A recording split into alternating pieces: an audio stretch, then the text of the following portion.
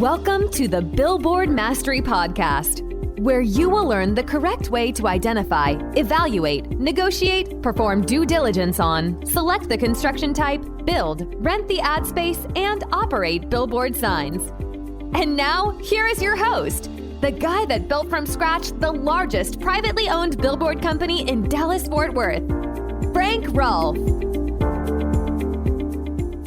In about 1982, I was starting up my billboard career, not really knowing what I was doing.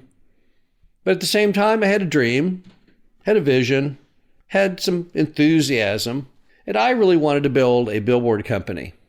So I was working a whole lot of different potential leases, not really going anywhere, but I had this one that I thought was really going to pan out. And it was going to be a really big deal to me. It was a guy that owned several properties, all on major roads. I called him up. He was interested. I did a lot of legwork. I went out and I canvassed the market and I got all the comps and I went to the city and I found out everything about where the sign could go and the permitting process. I even did some renderings to show what it would look like. It was all put together. And then after he had led me to believe he would sign my lease, I went over to his house and basically after all of this work, he said, let me see all the work. He tells me, well, you know what? Since you've already done all that work, I'll just do it myself. Totally screwed me over. I was absolutely crushed. Without that deal, I had nothing. But also, it was a very important moment in my career because I was so mad that what had occurred. I vowed never to let anyone stack that in my way going forward because I had pinned a lot of hope and I thought that people out there were out to really help each other sometimes. And I didn't know how much in the business world people do tend to screw each other over. So I made a vow to myself that from that day forward, I would not let people hold me back from my destiny. I was going to be in charge of my own destiny.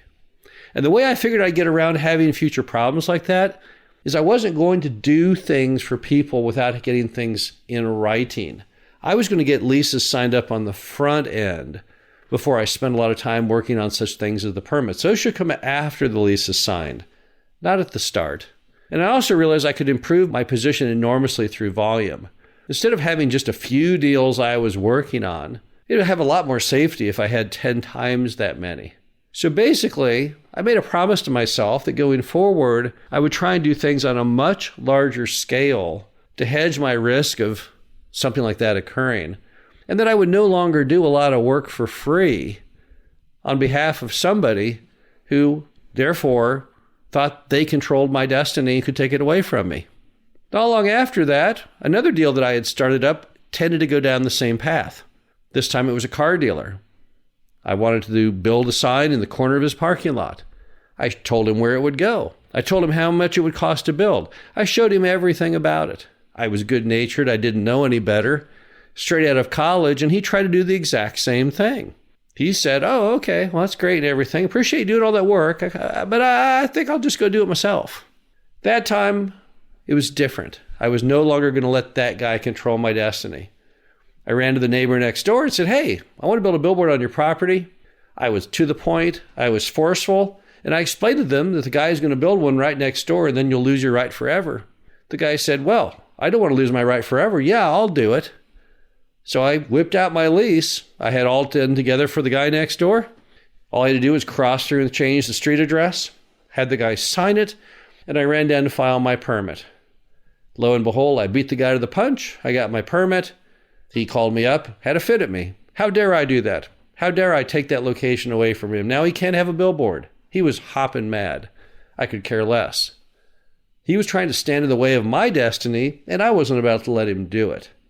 If you're thinking of getting in the billboard business, thinking of building some signs, you probably have those people who are supportive and say, oh, that's like a great idea. But others who are very, very negative. They say, oh, well, I don't know if you could actually pull it off. I'm not sure you got the brain power or the know-how to get that accomplished. Don't listen to those people because the problem is they don't live your life. Only you live your life. So whatever you want to do in life, whether it's billboards or really anything, the key is don't let others stand in the way of your destiny. Do not let others stand in the way of your goal, because they aren't you. They don't live your life. They live their life. They're not really completely on your team. You'll find many people as you advance in billboards or in anything that really want to help you. They're very supportive, and they'll go out of their way to make things happen, to open doors for you. But there are others out there who their entire goal in life is to slam doors on you and hold you back because they just can. And they're just mean. And they're not ever in your best interest. And don't let those people get in your way. So again, work on volume. Don't waste time on things that are not signed up. Do smart things and don't let others have control over you. Now, don't be a rebel. Don't be someone who says, well, I can't work with people at all. No, that's not what I'm saying. You have to work with people. You have to get things signed. But you can work smarter to make sure that people don't have control over you. And that's what I learned from that one fateful meeting back in the early 80s when I decided that going forward, only I would be the master of my destiny regarding building my billboard business.